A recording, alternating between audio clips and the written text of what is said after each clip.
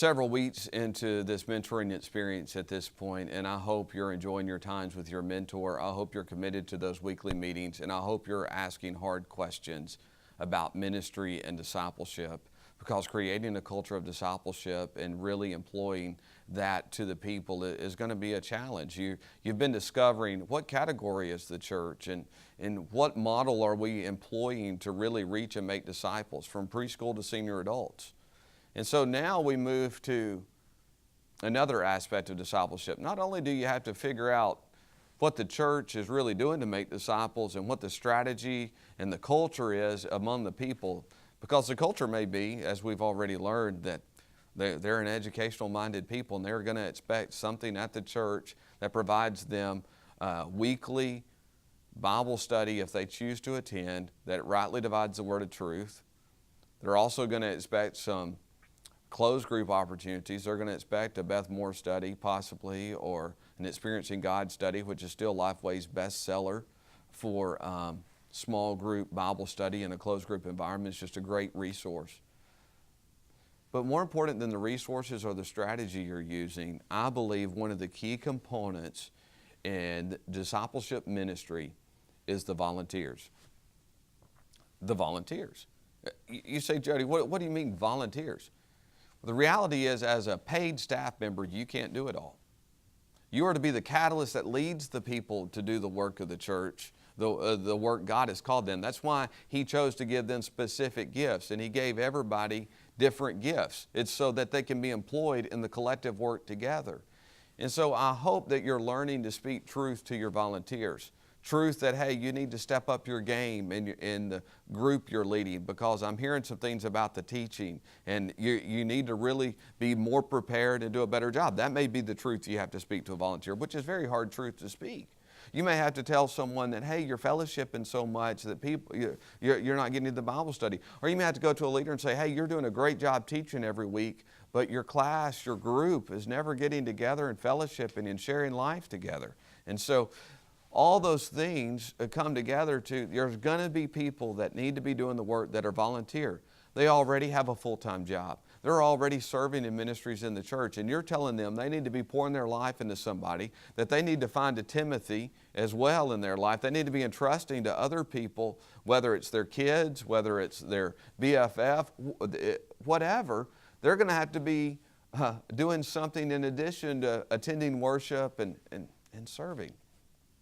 Because isn't discipleship a daily commitment to following after Christ and bringing others along with us in that journey? We saw in Paul that he entrusted to Timothy, and then Timothy to faithful men, and then to others. We kind of see this cascading effect that it multiplies, it spreads out, if you will, from one to another, to a few, to many. We saw that in Jesus and how He modeled. Now, we're not saying that you're going to do like Jesus and the early disciples, where you give up everything, house, home, everything, and just totally surrender to a place that I'm going wherever. And that's great if God calls you to do that. But most people are not feeling that call, and like the early disciples, to give up everything. They're feeling a call in a local context that God called me to be a community member in this community. I have this job. And so who can I disciple at work? Who can I disciple because of our connection through a ball team? Who can I disciple because of the community involvement we share together? Who can I disciple in my home? Hopefully you're discipling everybody in your home. But those are the conversations we have to start having. So as you're being mentored, I hope it's helping you see the value of having someone you pour your life into that's going to require a consistent commitment, a consistent time you get together. But some of the things you're going to have to start asking as you figure out how to create this culture of discipleship and how to employ that in your local context of ministry is, what qualifications then if we all share this burden of discipleship, if we all share this goal of discipleship, what are the qualifications then for a person to be enlisted to help create the culture or to employ the strategy? What expectations should the church have? What components are needed, etc. So as you work through this process, begin to ask your mentor, what in their ministry have they done as they speak truth to their volunteers, as they look for people to be involved in the mission? What happens when someone is involved and then their lifestyle does not match? We've had several examples of even ministerial staff that have not continue to meet the qualifications to serve. So how do you deal with that? How do you bring somebody aside and restore them to ministry, just not kick them out of ministry? And so it's going to be very important for you to begin to navigate those things, because those are some things some churches have not been doing. And so it's going to be hard for you to figure out these structures and controls in order to rightly help the people get to where they need to be in the discipleship journey. No church is already there. So it's going to have to be a lifelong pursuit for you. So you're going to have to meter this process. So I'm going to encourage you, as you've looked at the PowerPoint hopefully for this unit, you need to begin in prayer. If you'll beseech the Lord of the harvest to send workers, it's a pretty good place to start then, if you really believe what Jesus said, and ask the Lord of the harvest to send out laborers.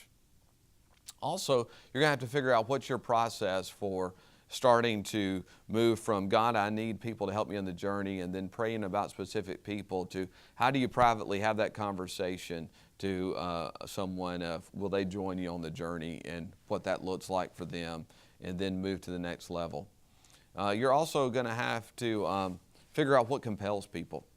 You know, this is a part where you're going to have to start asking those questions. Were they discipled in an educational model? Were they primarily discipled in a church that was attractional or missional? Or was it an organic home group? Or was it some combination? What really helped them in their journey? And one thing I've encouraged in other classes is to create a discipleship timeline. And so this might be when you're starting to talk to a prospective person, is just chart out for me from your salvation to now what God's been doing and what this journey's looked like. Just markers of the journey. Who invested in you? What Bible study were you a part of that just really helped you go to the next level? Is there some worship services that God just really moved in your life that are markers? Is what key events are just... And then helping create that positive attitude and the strategy, and just helping them get to that place of just moving forward. And I hope you will commit to continuing to be a leader that trains them, that equips them.